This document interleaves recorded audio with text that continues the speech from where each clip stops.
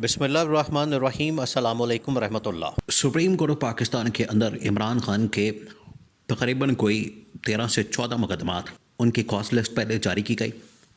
Chief justice Yahya Afridi की अदालत में कोर्ट नंबर 1 के अंदर, और बाद में तमाम दरख्वास्तें वो खारिज कर दी गई, उनको डिस्चार्ज कर दिया गया। उसकी वजह यह है कि जिस तरीके से ये मुकदमात इमरान खान के ऊपर बनाए जा रहे हैं, इमरान खान के ऊपर किए जा रहे हैं, एक एक करके वो मुकदमात तो ख़त्म हो रहे थे, लेकिन उनके ऊपर अब मज़ीद कार्रवाई करना, उनके ऊपर मज़ीद इस हवाले से आगे बढ़ना नामुमकिन हो चुका था।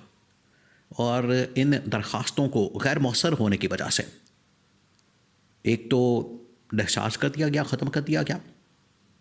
उसके अंदर बदनीति भी शामिल है सुप्रीम कोर्ट ऑफ पाकिस्तान की, चीफ जस्टिस याह्या आफरीदी की। और चीफ जस्टिस याह्या आफरीदी बतौर चीफ जस्टिस के जो ज़िम्मेदारी उनके ऊपर बनती है इंसाफ राहम करने की, अदल करने की, मुल्क के अंदर जस्टिस कायम करने की, वो उनकी जानिब से वो अदल और इंसाफ की जो ज़िम्मेदारी उनके ऊपर है वो उन्होंने पूरी नहीं की। और सुप्रीम कोर्ट से जो डिमांड की जाती है, सुप्रीम कोर्ट से जो उम्मीद की जाती है, सुप्रीम कोर्ट से जो एक्सपेक्ट किया जाता है, वो उनकी जानिब से उस तरह का इंसाफ नहीं मिल सका। ये बहुत ही बदकिस्मती की बात है। देखिए हुआ क्या, अब आपने पूरे मामले को समझना। ये एक बहुत ही संजीदा इशू है, बहुत संजीदा, कि पाकिस्तान के अंदर जो निज़ाम इंसाफ है, पाकिस्तान के अंदर जो अदल इंसाफ का निज़ाम है, वो किस तरीके से तबाह बर्बाद कर दिया गया है इस रजीम की जानिब से, गवर्नमेंट की जानिब से। और इमरान खान को जो वाहिद उम्मीद नज़र आती है, देखें इमरान खान जब से अदालत के अंदर गए हैं तब से लेके आज तक, ये तकरीबन कोई जेल के अंदर गए हैं जब से इमरान खान, अब तकरीबन कोई आप कह लें कि 2.5 साल हो गए हैं। इन 2.5 सालों में इमरान खान ने एक बार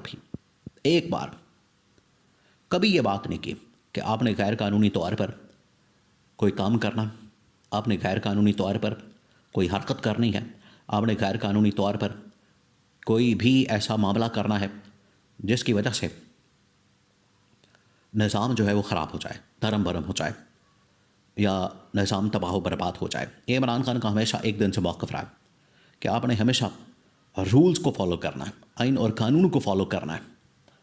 इसी मकसद के लिए इमरान खान ने जो 3 इमरान खान की एक स्ट्रैटेजी मौजूद है 3 पॉइंट्स की, उसमें नंबर 1 ये है कि आपने ताकत के ऐवानों में, कौमी असम्बली के अंदर, सेनेट के अंदर, सूबाई असम्बलियों के अंदर, फिर उसके बाद आपने सुप्रीम कोर्ट के अंदर, और फिर पब्लिक के अंदर, अवाम की अदालत में, और जो आइनी अदालत है वहाँ पर।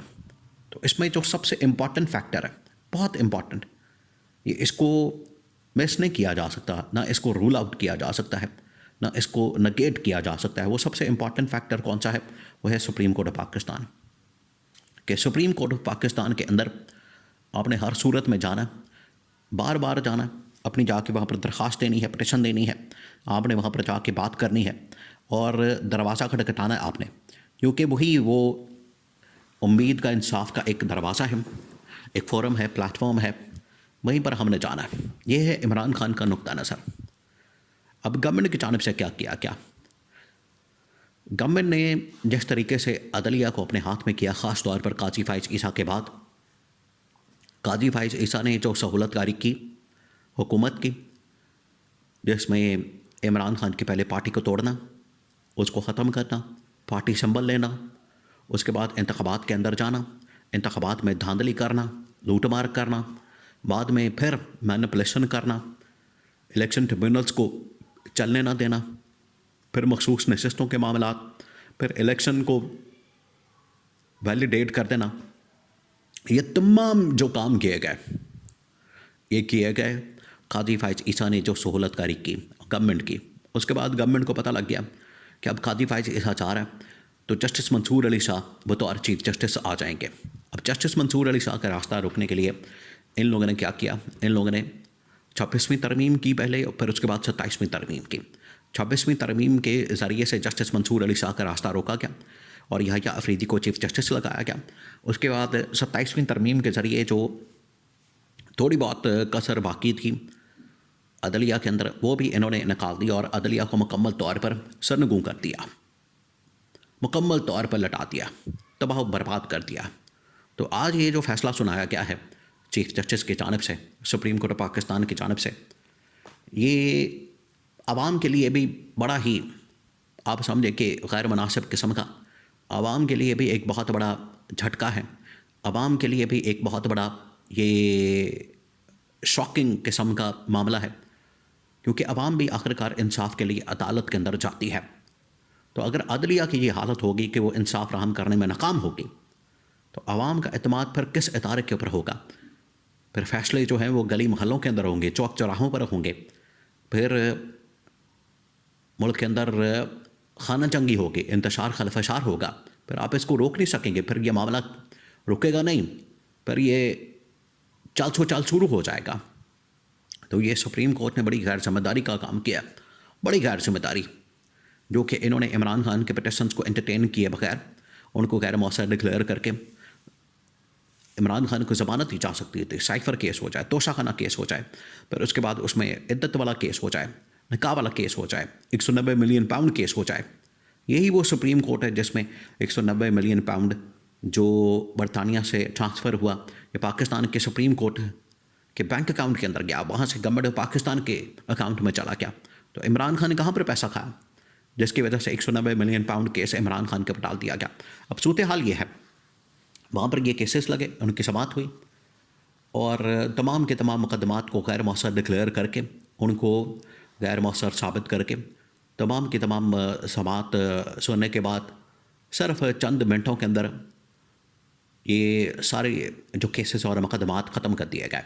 हालांकि बाकायदा तौर पर इमरान खान के वकला की जानिब से वहाँ पर दरख्वास्तें आईं, उनका समाअत के लिए मुकर्रर किया गया, उनको जो इस हवाले से ज़मानत की दरख्वास्तें थीं उनको टेकअप किया गया और इंसाफ की उम्मीद की जा रही थी, जिसकी वजह से इमरान खान की बहनें, इमरान खान के वकला और ना मुलाकात की इजाज़त दी, ना इन केसेस को टेकअप किया, ना ज़मानत दी। हालांकि असूलन ये अगर किसी आज़ाद अदलिया के अंदर मामला लग जाए, आज़ाद अदलिया के अंदर, तो आप यकीन करें कि 2 मिनटों में ये तमाम के तमाम मुकदमात फ़ारिग हो जाएँ, उड़ जाएँ।